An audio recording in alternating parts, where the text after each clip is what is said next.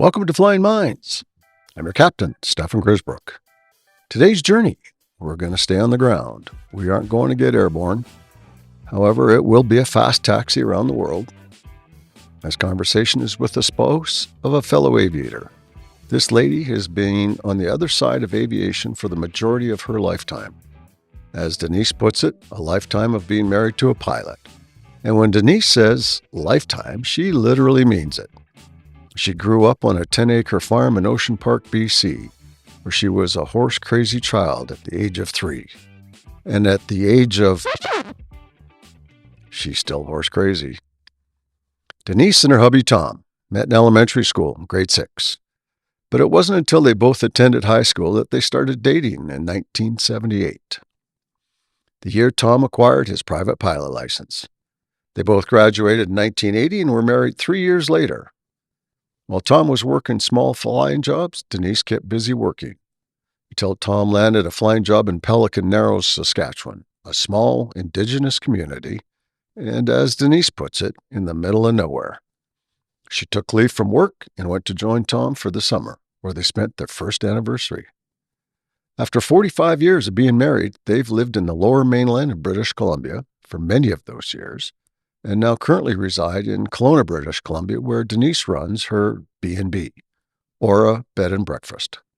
However, while Tom was busy with his career as an airline pilot in Canada and Hong Kong for 15 years, Denise kept busy, from raising 3 children to owning and running an excavation business to raising and training horses. A lot of this was as a single parent.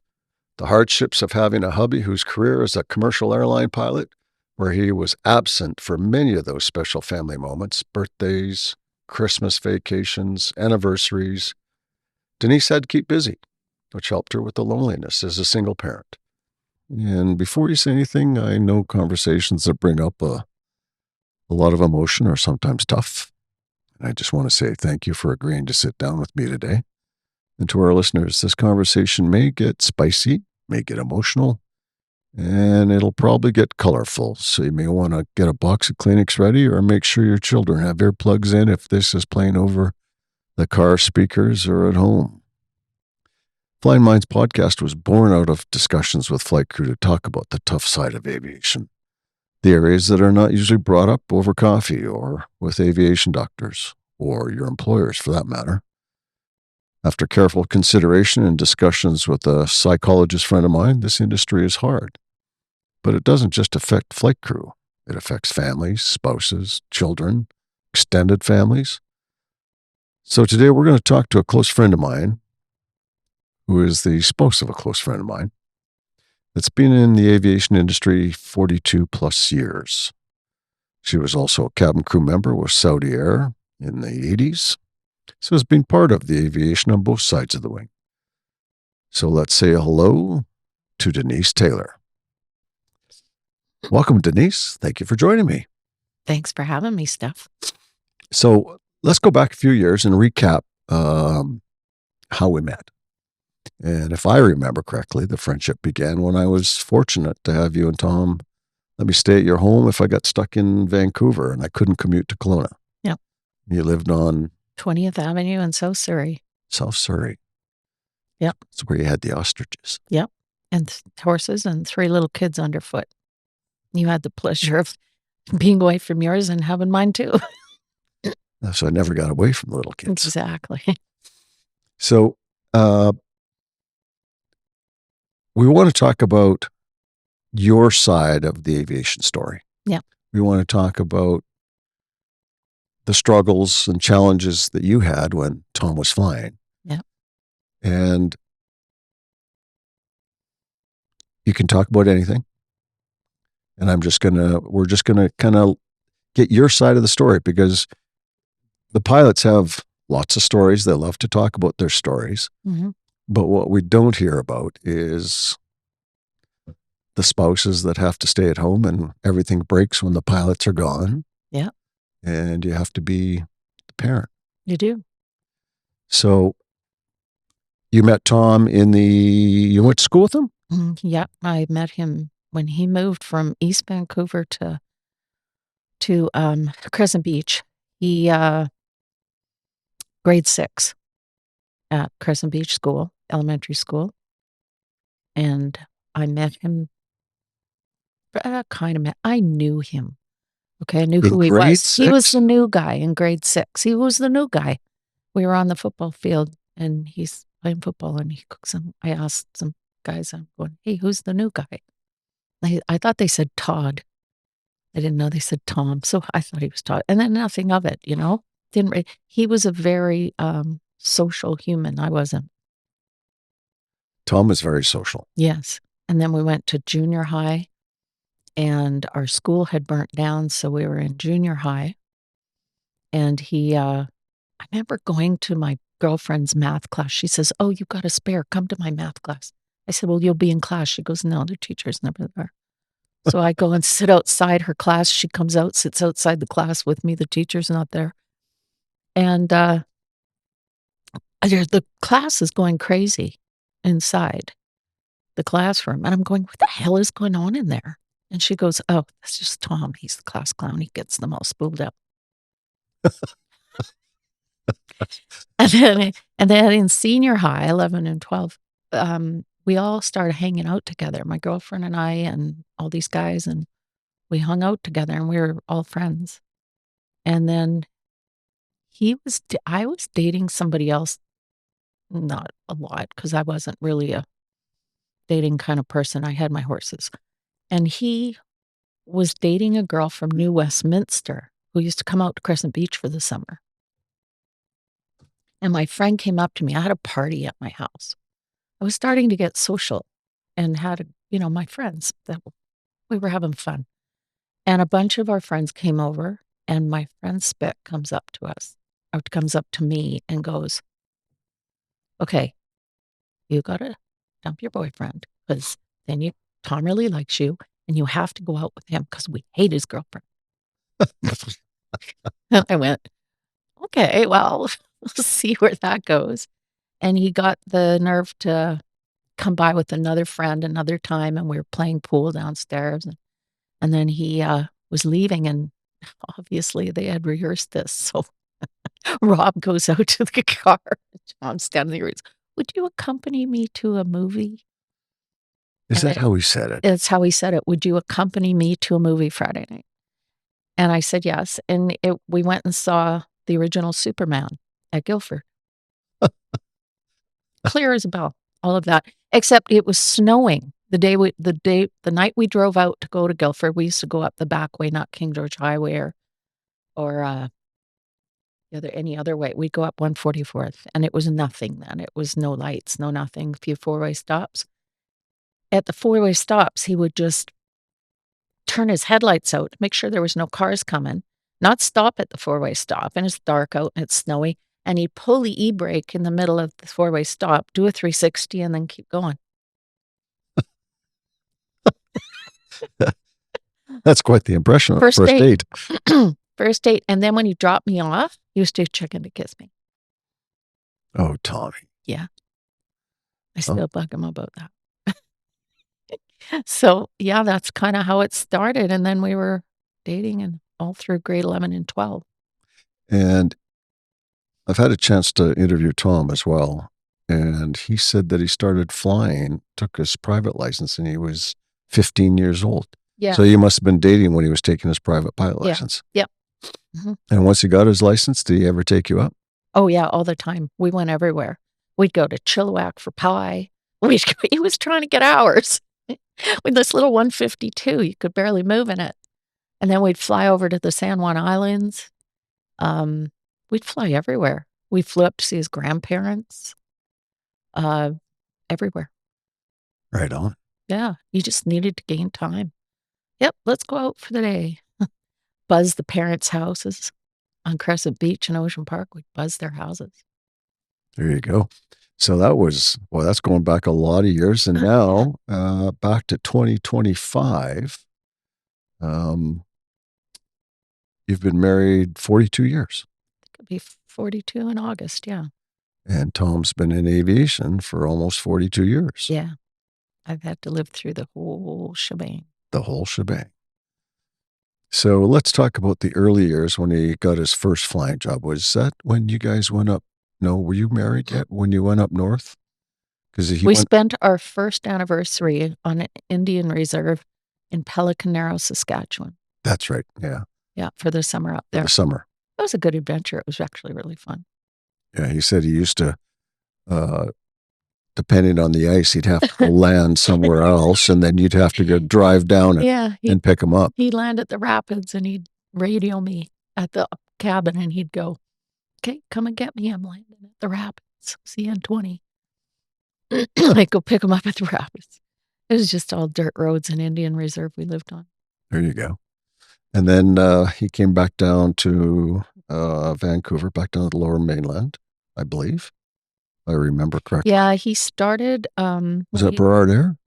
When he got back, he started instructing at Abbotsford Flight Center. That's right. Yeah. Yeah.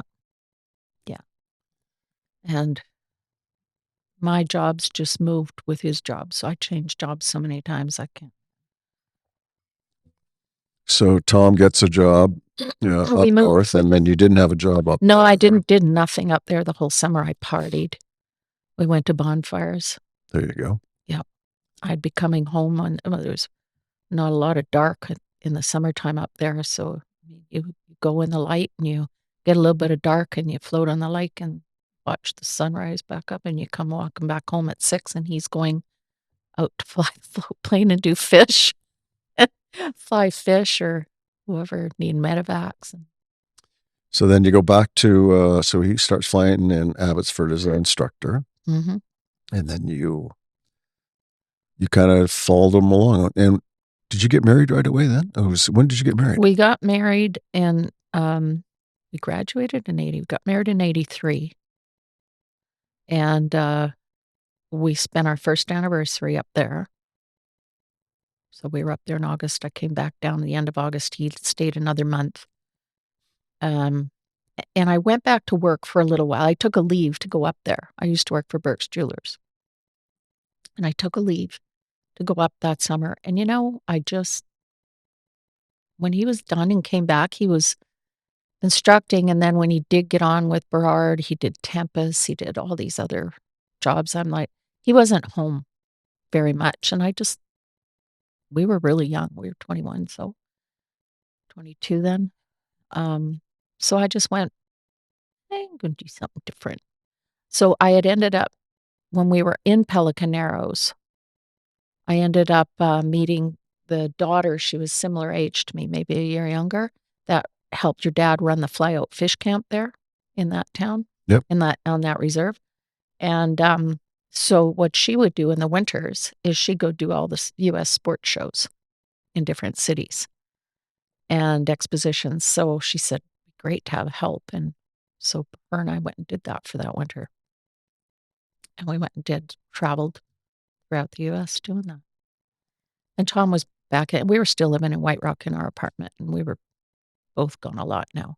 Because I didn't want to be stuck in a retail boring job and go home by myself all the time.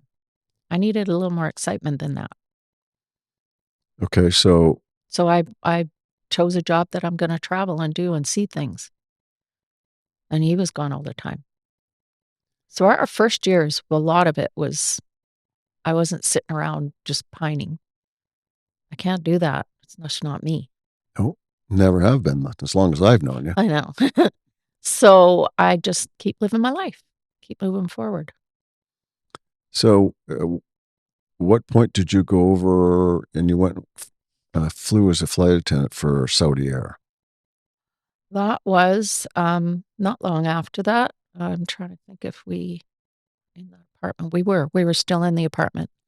And I decided to take a job, contract in Saudi and be based in Jeddah for 6 months. They were doing interviews in Toronto. I thought I kind of did it on a dare with some other people. And then I went and did the training. And we went in for the entire summer and did Hajj flights based in Jeddah. And that was, my family didn't really understand it. They're like, you're married. You can't just leave. I go, he's not home anyway. I'm going. So I went. He didn't mind. He was fine. And had he was he still at instructing, or did you He was go? Burrard Air, Tempest. I can't remember when Tempest came in. That was flying FedEx freight. But Burrard Air for quite a while. I don't even know. Yeah, he was probably Burrard Air when I was over there. I'm trying to remember all that, to be quite honest with you. I'd have to look at my date lines. Um, Mm, and then it was in 1987 he gets on with Time Air. yep. I had got home from Saudi the end of 86. We did a cruise, the family, and we yeah, he got the news that and we'd sold our apartment, so we moved in with my parents for a little while and got all our stuff together and moved. And in that time, we had Matthew. Like, we moved when Matt was probably 3 months old. So you had Matt in the Lower Mainland, Yep. and then you went to. He was based in Lethbridge. So That's we where had I first baby met. living out of boxes, living with my parents. Yeah. So tell me, how was that? Tom gets on. Excuse me, with Time Air, which was one of Western Canada's We largest regional It was. airlines. We were excited. That was the first real airline job. Yeah. We were excited. So yeah, Lethbridge, Alberta. He had 2 choices. He had Medicine Hat or Lethbridge, and I didn't know either one of them. And I just went, I don't know, what one do you think's better to You live should have in? come to Minnesota. You'd have met me sooner because I was based there. Well, we did Lethbridge, so there you go. And it was good. We rented for a while and thought, well, we figured we were going to be there for years.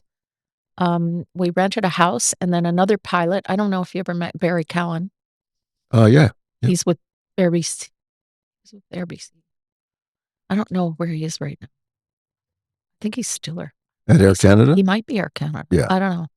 And he lived in the basement of our rental. Oh, okay. Yeah. And yeah, Tom did the Time Air thing there for quite a while, and we were raising Matt, and then then we got pregnant again because you're not supposed to get pregnant if you're nursing. What a big lie.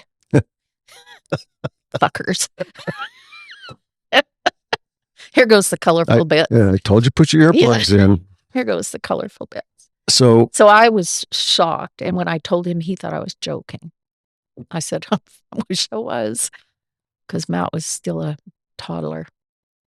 He was walking at 10 months when Ryan was born.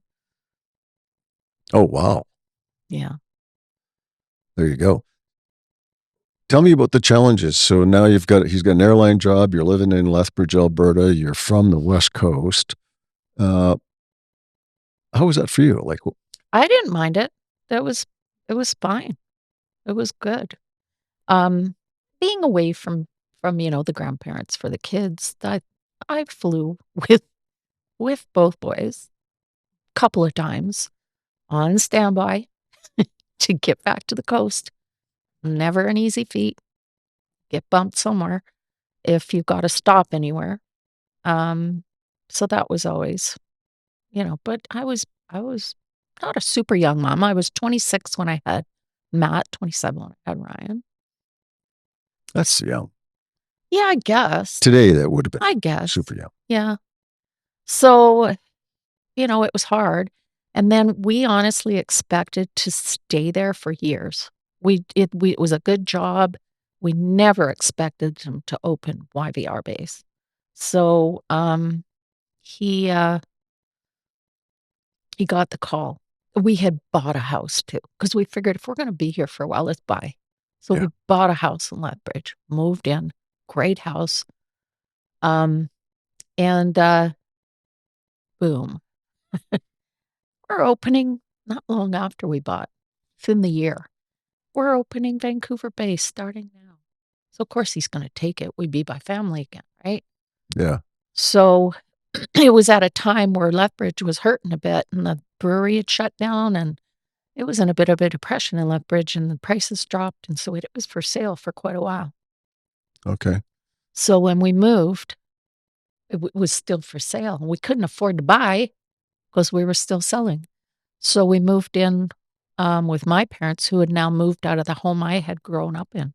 So Lethbridge was having a bit of a difficulty at that time, and the house wasn't selling, so when we moved back and he started his job, we were living with my parents, but they were in the middle of a move. It was kinda crazy. They had sold the house I had grown up in, and they were building a house and living in a rental. So we moved into this rental. So we had 2 babies, living out of boxes, living in a rental with my parents. And then the house still hadn't sold, and now they were in the midst of moving into the new place. So we moved in with Tom's parents, who had moved out of their house or had moved to Delta and temporary kind of house. And we lived with them for a bit. And that's when I got pregnant with Nikki. And it was like 3 under 3. So that was in 89. So I was, And none of that was on purpose. Like, it was shocked. We were shocked every time. It's like, "Okay, we gotta fix this." Well, he was supposed to get a it was very detailed, but he was supposed to get a vasectomy in Lethbridge, and it's very Mormon town, and the doctor told him, "Well, I think you should think about it. You only have 2 children. I think you should think about it." And so they sent him home without it, and I'm like, "What? Are you shitting me?" I told you this was going to get colorful. So, yeah, they didn't do it, and then Nikki happened because we didn't have any time on our own, and Betty and Tom had gone out for the night, and the kids were both sleeping for a change, and it was like, I don't know, things went sideways. Bada bing, bada Bada boom. boom. There we go. And here, now I'm telling him again, "Oh my god, this is happening again." But it was a girl whom we love. We love all of them. Yes, all your children are fabulous human beings. Yeah, and then we moved back. The house still hadn't sold in Lethbridge, and then we moved back in with my parents into that new home it was a big basement. We lived down there until the house sold, and that's when we bought on 20th Avenue in South Surrey. So how long did it take for the house to sell? Oh my god, it was over a year. It was torturous. Did you have a renter?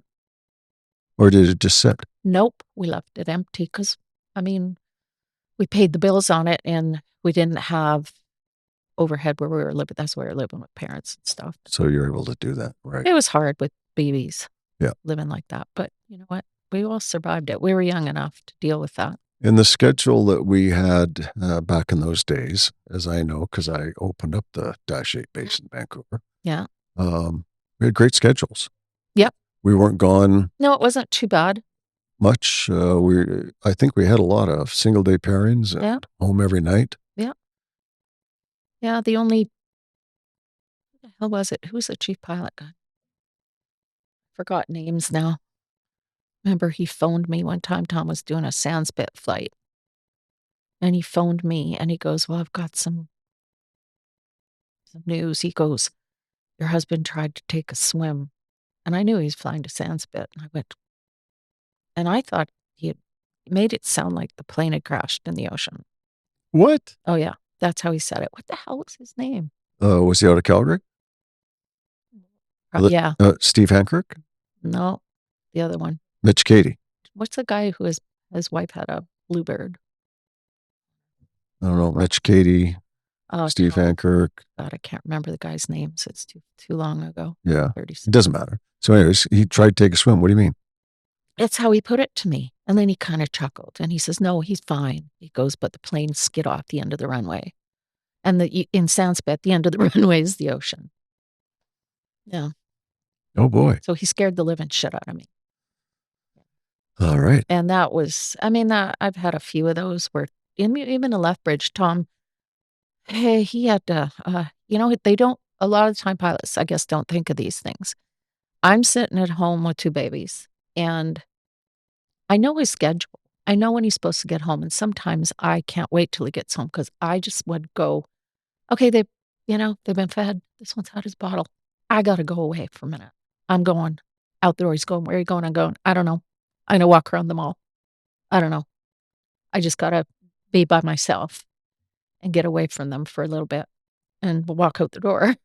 So I'd be, waiting for him to get home if he was gone a week. And then one time I knew when his plane was supposed to get in, and an hour went by, 2 hours goes by, and I haven't heard from him. And I go, I phoned. a 1-800 number, but I guess my thought process was I didn't have to dial the 1-800, it's a Lethbridge number. So I just dialed the number with the area code. And somebody answered, "Hello." And I went, Is this Time Air Scheduling?" And they went, "Yes." And I said, "Oh, I'm looking for flight blah, blah, blah, if it's late or if it's landed yet." And they go the complete hesitation on the other end, and they go, "Well, we can't disclose anything, but there's been an accident." Oh, I boy. literally dropped the phone, called Barry, he was downstairs, I'm freaking out. Barry phoned the number back, and it turns out somebody's just pranking that must get that call a lot because it's the same number as Time Airs without the 1-800. Oh, so it wasn't Time Air. No, Oh, my God. they pranked me. I was so mad, and he hadn't called me at 3 hours in now, and the Barry found out the plane had landed on time, and I'm just like, I packed up. I was pregnant with Ryan.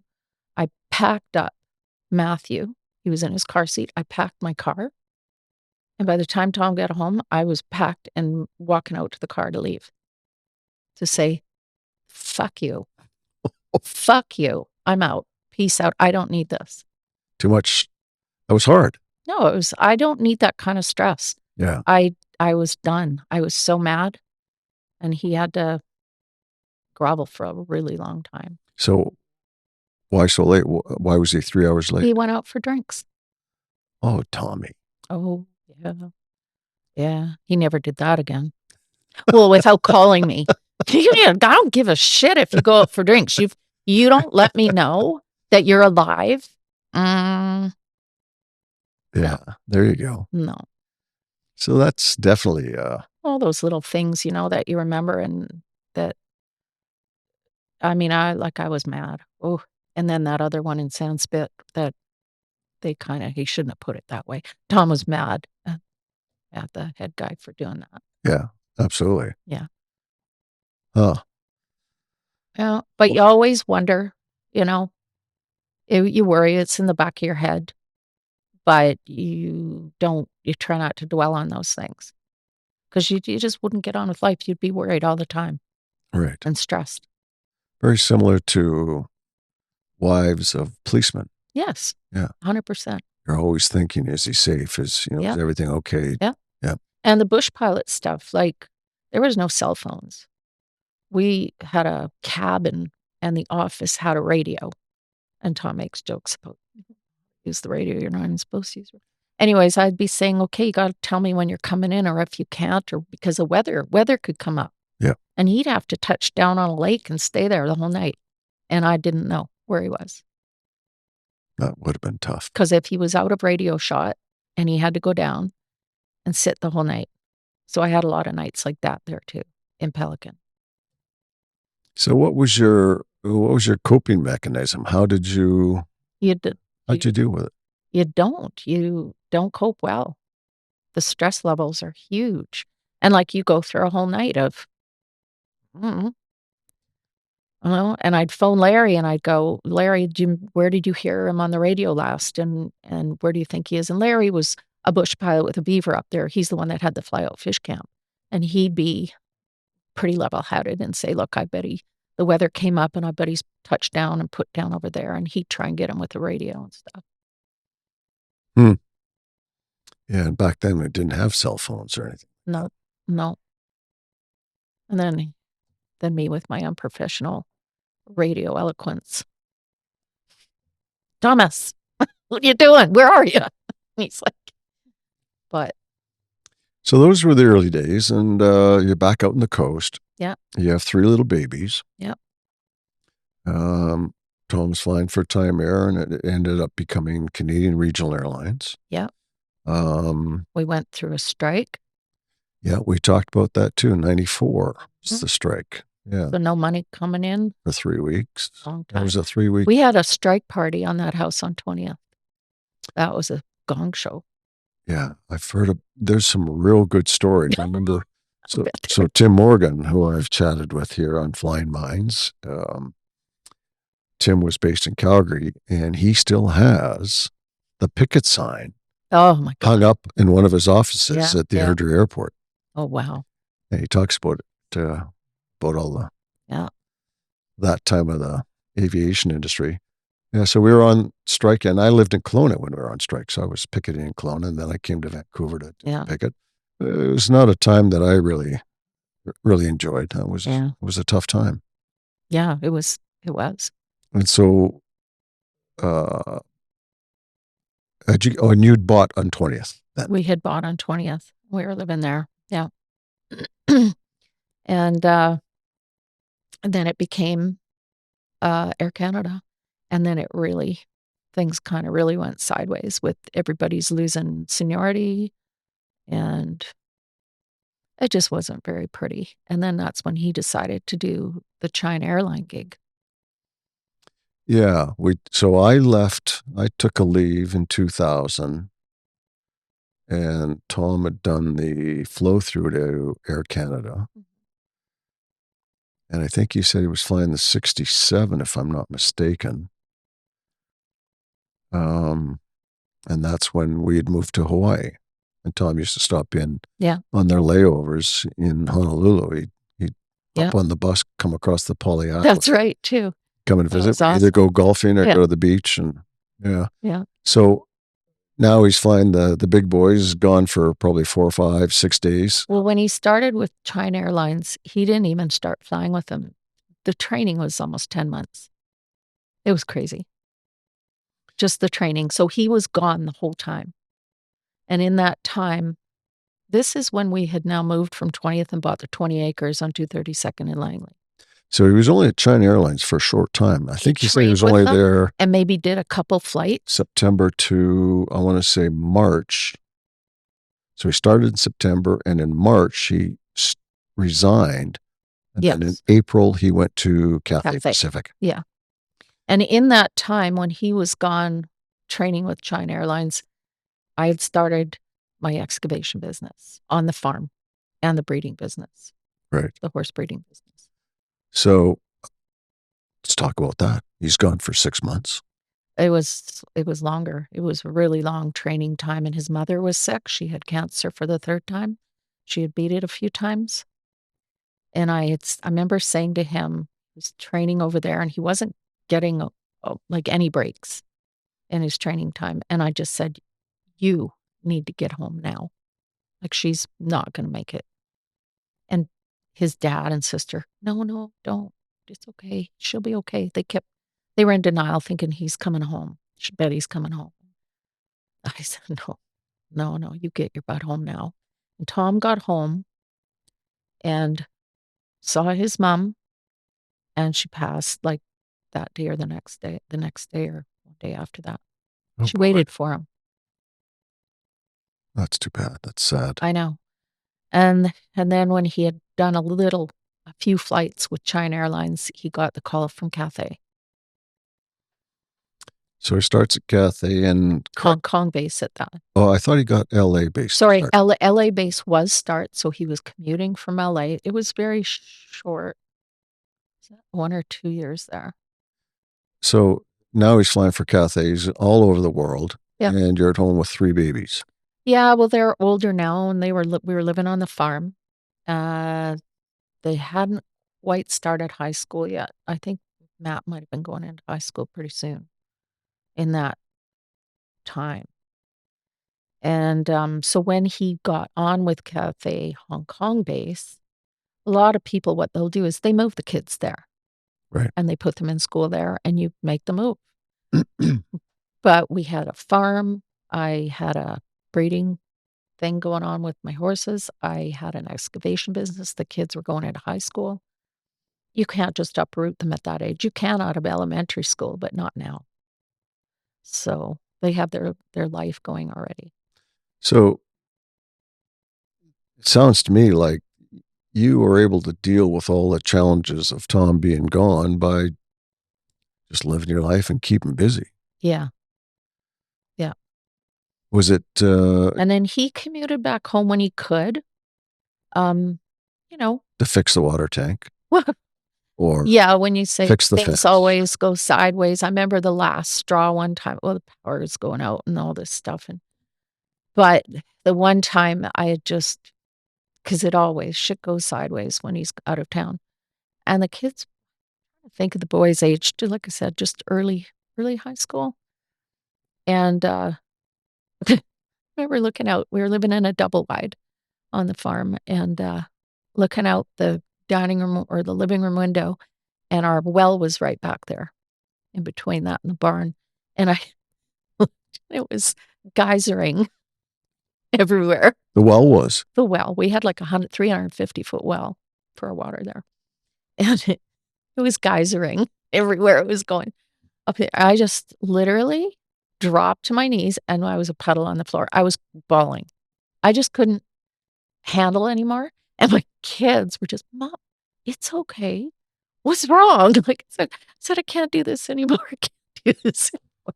Had my little meltdown. Then you pull yourself together and you phone the people that put the well in. And I was still crying actually when he got there. He felt so sorry for me. He's like, we'll fix this. We'll fix this. Don't worry about it. No, Wow. it was bad. And when the power goes out there, you also don't have water. We didn't have a generator, so we didn't have power for the water. There was a pond on the property, so I'd be bucketing water for the horses from the pond. Hmm. So there was, more challenges that a lot of, this is the stories that I want to hear and that people want to hear is when we started flying mines, it was about, the mental health aspects of the flight crew and the flight attendants and people that work shift work. But, we don't talk about We're the the other we're the side. leftovers at the back end of that train going, "Wait a second." The kids, I remember the boys both did air cadets, and they were enjoying it. They didn't wanna do it they didn't keep going with it because Ryan's exact words were, I don't wanna be a pilot when I have kids and be away from my kids." It's hard. I know, but here here Ryan is away, not as much as Tom, but he's away with his job a bit too. Yeah.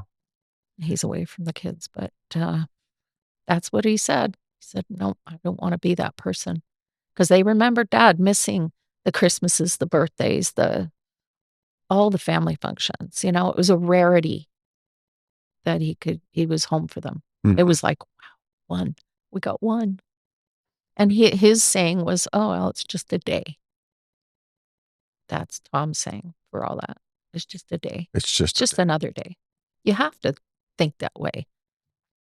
Well, I guess from our side of the coin, I mean, it, it's hard on us as well. I know when I was in Japan, I was in training for, I think it was 10 or 11 months, and I only got home twice Yeah. in that time, living in Tokyo. And I can't tell you how many times I sat on the edge of my bed. I just want to be home. I know. I had three Why boys at home. Yeah, yeah. It was tough. It's tough at both ends. It is tough at Both both ends. ends. Yeah. Yeah, Yeah. We, I mean, we have to do a job and we have yeah, to make sure that yeah. we're focused on our job and I know, safety is priority, and I know. we try and put a lot of those things at the back of our head and just get on with our work. And Mhm. it's those down times when you're sitting in Sydney, Australia, or Yeah, Osaka, or wherever you were, yeah, that you actually had the time to think about it and try and get through to your loved ones. yeah. Exactly, Yeah. exactly. And I was always reaching for more, like, to do more to keep busy. And that helped.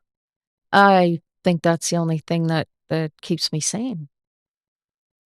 I And had to just do, go, go, go, go, go with the between the kids, the farm, and then when my stallion started getting a little bit older and I started wanting to show him with my business, I was able financially to do that then because I could make my hours to some extent after the first year. We made enough money in the business, the excavation business, that I could have enough money to go do my dream right. and have enough money to take a little bit of time off of work and do a full weekend showing. And I even went to California and did 6 weeks and started fulfilling that. Hmm. So that was a really big deal for me, and I would have loved to have gone a lot further, but, um, between work and just I'm gonna guess it was work because when you're sitting in a machine 14 hours a day, usually 5 to 6 days a week minimum, usually it was 6, and the kids are home, they're in high school and they're home and you're making their breakfast and you're getting them off to school, then I'd head to work, and then I would most of our work was in Delta at the time, and then they are at school, they come home and you'd have dinner in the fridge, and you'd say, "Make sure you do your homework well." You're not there to police that, and I'd get home, like, at 8 at night sometimes, and Tom was away. So it's like, it was a hard time for them through that me being starting that business and being away that much from home. I feel like that was a time they probably needed me more, but we needed the cash to catch up from other times, Mhm.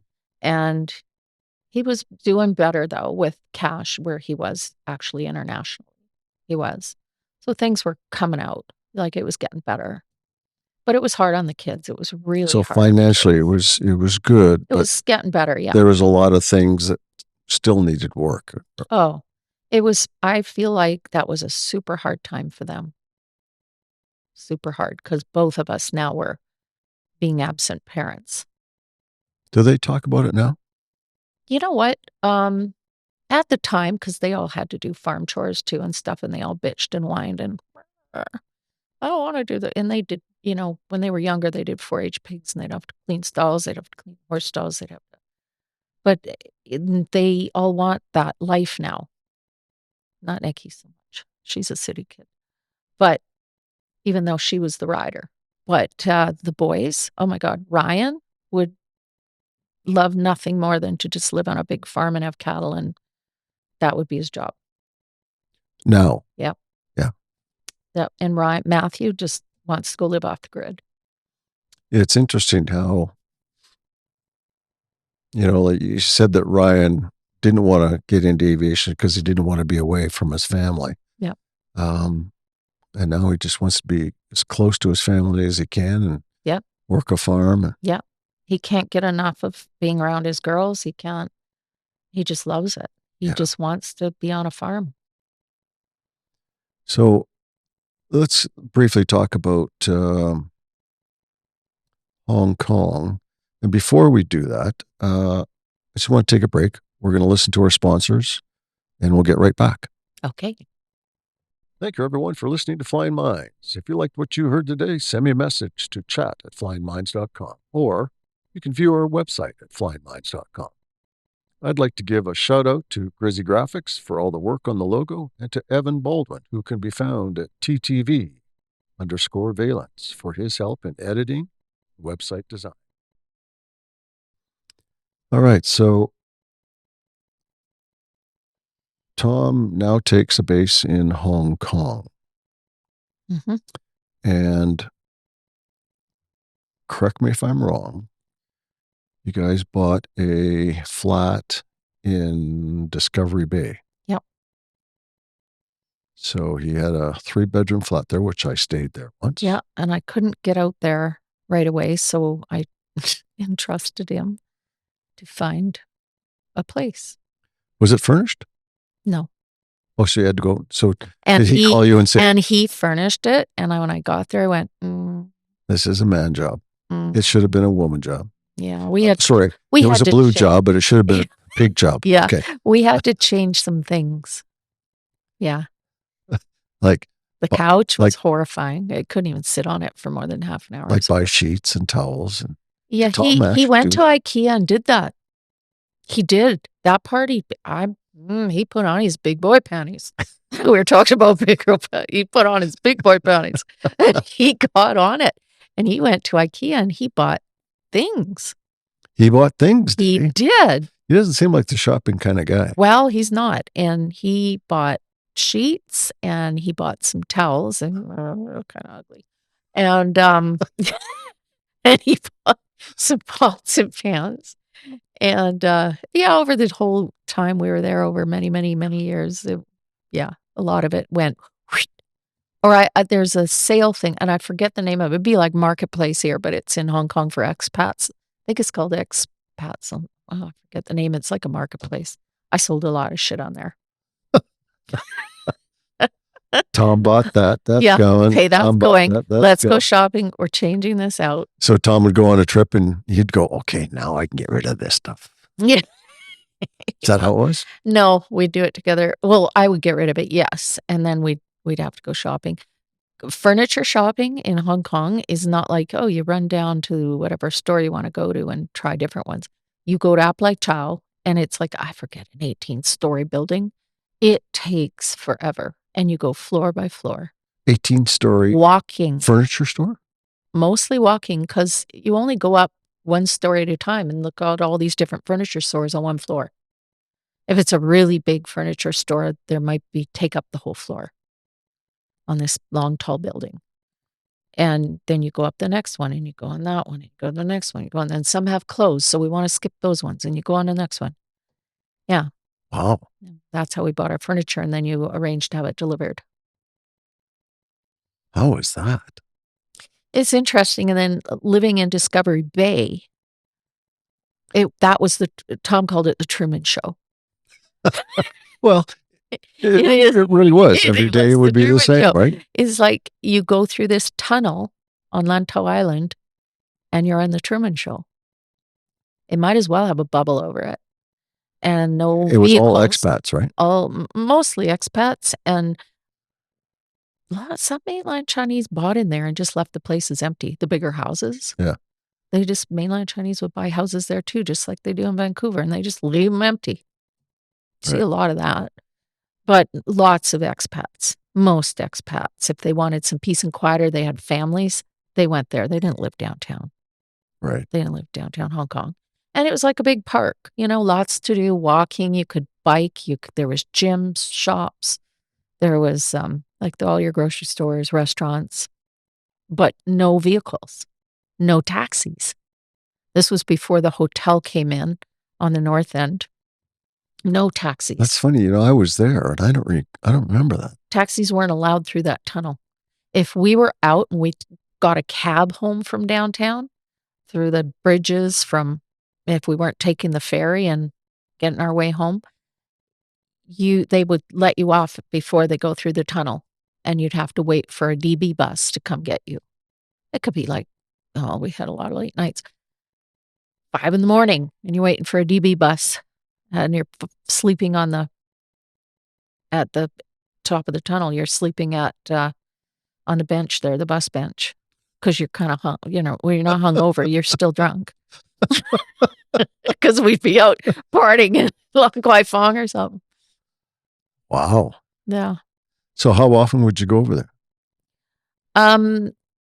I tried to commute at least once a month for 10 days to 2 weeks, depending on what I could do. I tried less in the beginning because I was still working.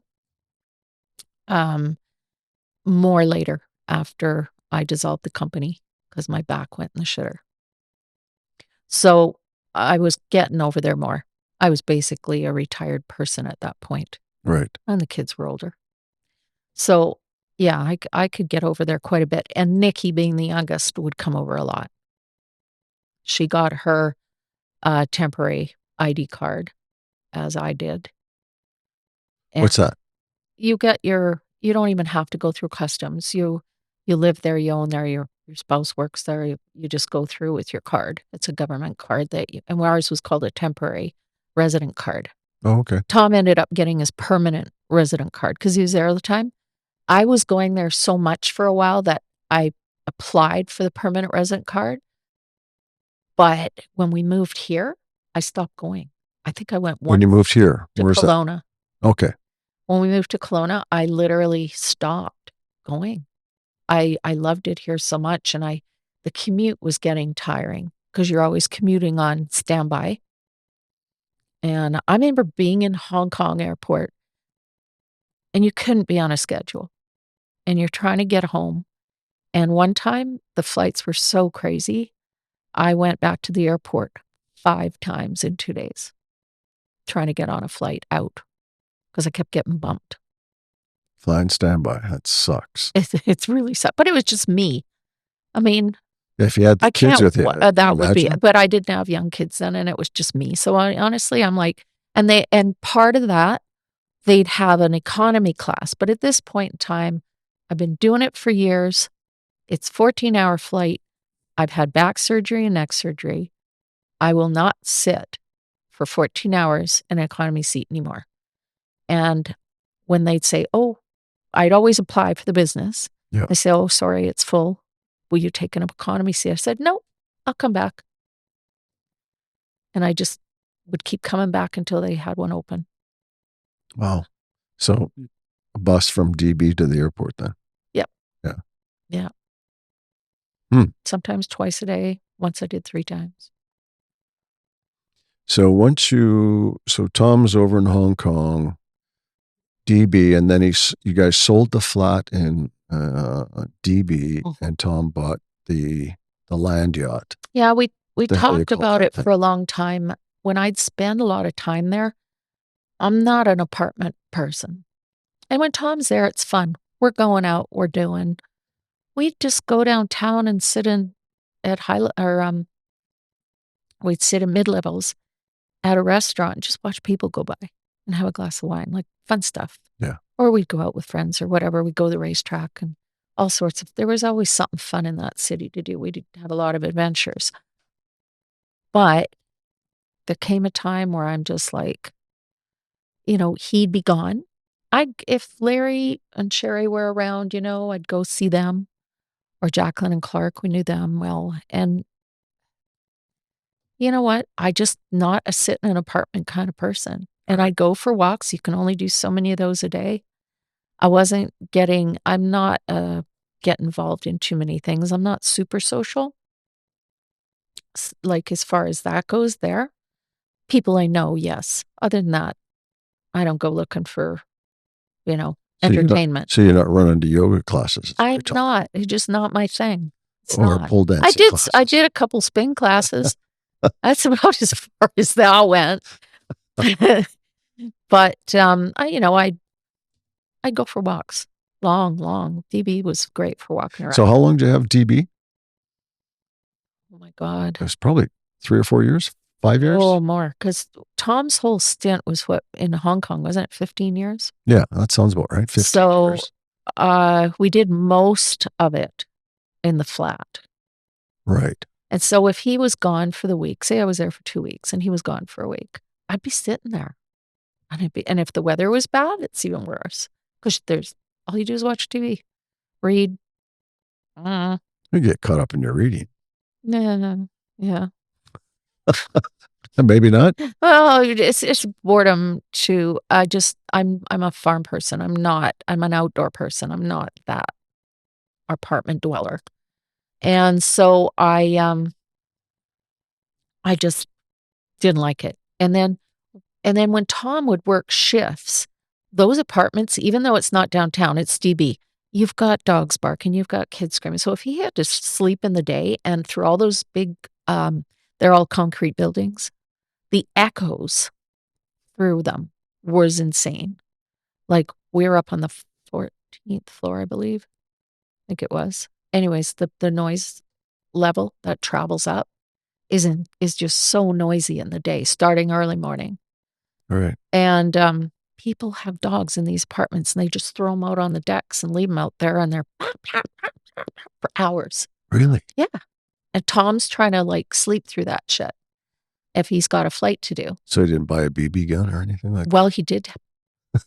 Okay, maybe we won't go down that road. But no, he didn't shoot any dogs. What he would do is find out where the dog is on what apartment and what floor and go complain to that apartment building and say, that's the apartment right there. Bring the guy outside and go, right there's the dog. And go, shut it the fuck up. Or I will shoot it. And it's too bad. It's not the dog's fault, but people just think they can throw them out on the deck or leave their deck door open and the dog can run in and out. Always hot and sunny there? Not winter. Winter it cooled right down. Okay. Kind of California-ish. I mean, real hot in summer. Oh, it's super hot. Shit. 100% humidity, 90 degrees. Yeah. Yeah. Hot.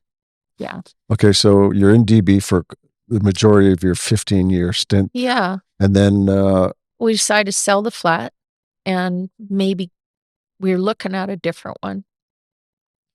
And we had our place on zero for sale before we moved up here to Kelowna. That was when we downgraded, kind of jumped ahead here. We downgraded from 20 acres to 5 acres. I only had a couple of horses left. love 3. that house. That was a great house. Yeah. And we moved there. And I'd had surgeries at this point. And you got all those done in Hong Kong, I right? did, and I'm very lucky I did.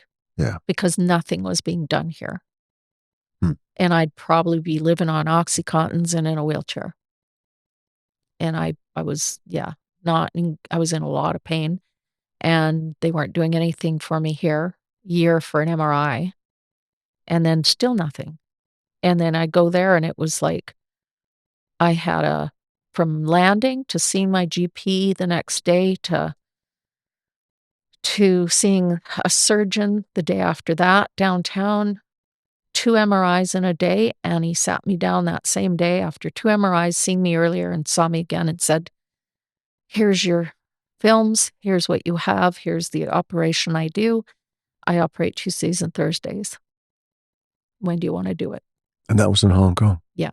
And if I'm just so bloody blessed, I can't even begin to tell you that I had that surgeon and that he fixed everything. Like, I just But that you're would have clearly never. not in a wheelchair. No, and I could go back to riding and doing what I do, and yeah. That's awesome. And I bless every day about that opportunity was there. And that surgeon That you was weren't there, and here. my doctor I had in Hong Kong, that we had that opportunity to do that there. Yeah. Because Canada, I have a friend here in Canada who's had 3 back operations, and she lives on morphine still. So, Yeah. They just use her as a guinea pig. hmm. And this guy teaches all the stuff he does all over the world. Oh boy. So you sell DB and you buy. It wasn't. I called it a land yacht. Land yacht. It was called a junk, and it was. Was that what they called it? Really? Yeah, I think it was. We went from 800 square foot flat. Kitchen was so skinny. I tried to cook for 6 people once to make a dinner, and all Tom could hear in the kitchen was me swearing. You don't swear. Oh, there was more expletive deletives going out of that kitchen, and he'd shut the door, and he's going, "Oh, she'll have dinner ready soon." No, there was no room to turn around. The washer dryer was 1 unit, and it was in the kitchen. It's the tiniest thing you've ever seen, this little tiny galley. And no counters, nothing. Okay, so you moved. So we decided to look. We had some friends that lived on these junks, and so we went down to the marina, and we went on theirs, and we went, "Holy shit, this is like a house. This is a house. 2,600 square feet, 3 bedroom, 2 bathroom, 3 bathroom. And it was a yacht. Huge kitchen, a real kitchen, like a North American kitchen." So explain, because you say junk. I call it a land yacht. Explain to our. I don't know where the junk came from, why they call them that. Ours was big. It was It was 3 levels. 60 feet long, Yeah, 60 feet. 65 maybe, and it was 3 levels, and it was beautiful. So for everybody listening, we're talking about It couldn't a go yacht. Yeah, It was on the water Yeah. in a marina. Yeah. But you couldn't take it. you could. It had an engine. They're not built for the sea, though. You could have, if Tom wanted to have gotten his. It's really hard to get your marine license there. It's not like here. It's really hard. And you have to go through a lot of shit. And he said, "Do we really want to take it out?" We could have putted it out and gone into the bay and watched fireworks out in the bay if we wanted, or putted it over to the bay to Hong Kong. But you couldn't, it wasn't ocean going and you couldn't No. take off for a couple days. No, it would be like, you know how if you have a travel trailer, they're set up with lockdown everything in your cupboards, your dishes, Yeah. all the cupboards Yeah. lock, because you're going down the highway with this travel trailer and it's shaking and moving and going over bumps. Yeah. These are not like that. It's a house. So nothing is battened down. Okay. Everything will go flying if you hit a bunch of waves with this thing. It's not built for that. So you had all the luxuries of home. Yes, it was like a floating home. And it was How was that? so different from the flat. It was quiet. You go down into our bedroom and you hear nothing. Absolutely nothing. And it was just so peaceful. And you get the gentle rocking. And we had been through typhoons with it there and everything. And it was a very protected marina. So it really, I think one really bad one, we had a couple things that flew off of other boats, couple little dings here and there, and everything was fine. Okay. And do you recall how long you guys lived on that? No, I'm going to guess 5 or more years. Okay. But that was my zen place. I could sit on that all day long. I'd go there for a holiday. Right. And not leave the boat and just sit on the back deck and we had an upper deck with a barbecue that was covered. We'd have our friends over for barbecues. So you'd moved from the lower mainland to Kelowna, bought this beautiful home on. We had it when we were in Zero still, so I got to go down there a lot and use it a lot and be there a lot. And then when we moved here, since I've lived here, I think I only got back to Hong Kong twice and then COVID hit too. Right. So we'll quickly talk about COVID. I know Tom has talked at length. So for the listeners, if you want to listen to the episode with Tom, he talks about COVID and the issues that he had. I want to hear your take on COVID hit and Tom gets stuck working for 8 months. Correct me if I'm wrong. Yeah. Almost actually more closer to 9. Yeah. 9 months. And you didn't see him for 9 months. No, I couldn't go there. He couldn't come back because he didn't have enough leave to do all the quarantine and do things to get away. And he was doing what they call 28-day pairings. So he would leave Hong Kong and he would be gone, usually throughout the United States, to flying cargo on the 47. And he'd go do 28-day pairing, flying all over the States. And they weren't supposed to. They told their pilots, you're not allowed to leave any of your hotel rooms all over the U.S. That's what they want. They want them to stay locked in their hotel rooms. Months into that, a lot of the guys were just being, fuck you. And they went out and they got their groceries or whatever they needed at a drugstore and went to a restaurant and got a takeout and then brought it back and got some fresh air and went out for walks. They weren't being stupid. Yeah. They were just getting the hell out of a room. Well, the sanity level. Yeah. So in the U.S., they were doing that. Nobody knew they were doing that. Most of them. Some were probably following the rules to a T. I don't know. It depends on the person you are. But Tom had had enough. He was like, fuck that, because I'm going for a walk and I'm getting some healthy food. So he'd go and do that and kind of try and keep his sanity on his 28-day pairings. Now, here's where the common sense goes right out the bloody window. He would fly back to Hong Kong. He's been flying with the same pilots in that cockpit and through taxi cabs all over the U.S. in the same cockpit together for all these flights. And yet when that 747 lands in Hong Kong, they'd be separated. They'd all be tested in a facility at the airport separately. He said it would take almost 4 hours. Yes. Yeah. They would leave them sitting there after working like a 14-hour flight. They would leave them sitting there and waiting. And you're exhausted. And they'd be sleeping on chairs.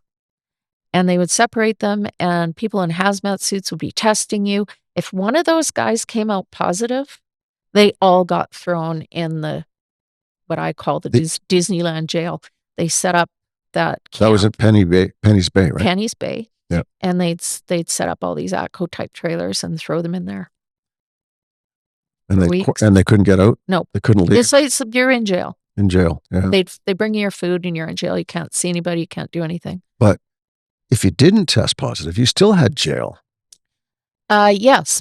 So if none of the crew tests, then now you'd be taken separately with a driver with a hazmat suit on to the hotel, all separate vehicles, not together.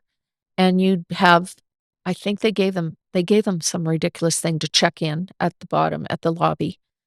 They gave them 8 minutes or something. You have 8 minutes to check in, some ridiculous amount of time. Then they had to escort them up to their room, and the rooms they were on had guards in the lobbies of that floor, and they were not allowed out of their room. Yeah, you said 2 weeks. Yeah, food was delivered to the Food door. was You had to delivered. open up the door. Yeah, and they were in there for 2 weeks. They were treated like complete prisoners. Yeah. And Tom he can put up with more than anybody. Like, he's just an easygoing, water off a duck's back, laid back. Yeah, exactly. And it was getting to him.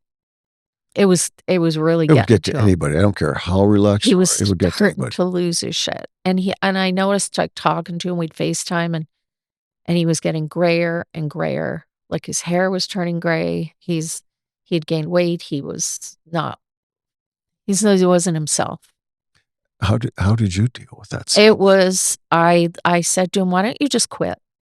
Why don't you just come home and quit?" And he says, "Well, I've got leave coming up, and I'm gonna come home, and I've got to get my cataract surgery done in Canada." And he says, "If it doesn't get any better, I'm gonna quit." So that leave finally came almost 9 months later, and he got out of there. And a lot of the damage was done already. And he got home, and he got his cataract surgery done after a while. It took quite a while to get that done. So he had his leave. I forget how many. He had a month or 2 off leave, and then he extended it with that, and then the recovery of that. Well, he worked it into something like 4 months. At least, yeah. 4 or 5 months. I think it was at 5 or more. And it was great to have him home. He wasn't going anywhere, doing anything. Now you're back to a normal relationship yeah. with your husband at home. Well, but he was not the same. He's just coming out of it now. Yeah, I still have to go, "Stop it." Right. Like, come on, snap out of it. Yeah. Don't be an And that's been We are 3 years now. like, to me, we've got so much to do and so much to get done, and a life to live in our 60s. I don't feel old. And he acts like he's 80 sometimes. Hmm. And he gets And in you a think rut. that was Yeah, he's never been the same still. He's getting better. It's been a lot better, I'd say, only in the past 4 or 5 months. wow. Yeah, but he's still not the same Tom. Hmm. He's still not the same. So He's tired, and he's kind of fed up. I think of the whole aviation thing. yeah. Honestly, he's the person, so many of his friends, he's going, "I don't know, they just wanna get their own plane and keep flying," and he talks about it. Maybe it would be fun, but right now he's just so fed up. Well, it takes its toll on you, and it Yeah. takes its toll on the pilot, Yeah, and it takes its toll on the everybody. family. You know, And everybody. you've had to It put up does. with it for 40 years. Right? I hate to say it, I hate the airlines. I got nothing nice to say about any airline. Cathay was the first one that he's worked for that in the beginning. Holy crap, that was a good airline to work for. They Right. treated those guys like gold. Yeah. We had a housing allowance, we had all this stuff, and then the odd American would come in Hong Kong base and whine about it, a young guy. And I'd be like, honest to God, he doesn't know what the aviation industry is even about if he's whining about this job, best job I've ever seen. Right. But then everything went sideways from COVID and China taking over Hong Kong again. Yeah, he talked about that too. That definitely, you saw Cathay having to kowtow to leaving the British way and leaving. Yeah. It all started to change. Yeah. And it's too bad. It was a pretty cool thing, and it would have been amazing for him to retire there and to finish out his career there on a good note, Mm-hmm. but it all went sour. Yeah. And several other. Yes. Oh, yeah. Hundreds of pilots. Exactly. And a lot of expats there from Canada too. And I've had several conversations. I've been was able to work with a lot of them. Yeah. At the next venture that Tom and I were involved in. Yeah. And I think what I'm going to do here, Denise, is we're going to stop there. Okay. Because this is where I stopped with Tom. Okay. Because there's a whole bunch more that we could talk about after COVID, after Cathay, coming back, repatriating back to Canada. Yeah. Because the story still continues, and we're going to have a part 2 for Tom and a part 2 for Denise as well. So let's stop there. Sounds good. I want to say thank you for taking the time. And to our listeners, I hope you enjoyed how colorful it was. I was held back. I thought it was pretty good. You were pretty good. You were pretty good. So to all listeners out there, stay tuned. Part 2, I'm not sure when we're going to do part 2. It's tough trying to get everybody together with everybody's schedules. So sit back, relax, and enjoy the rest of your day. Thanks for joining us.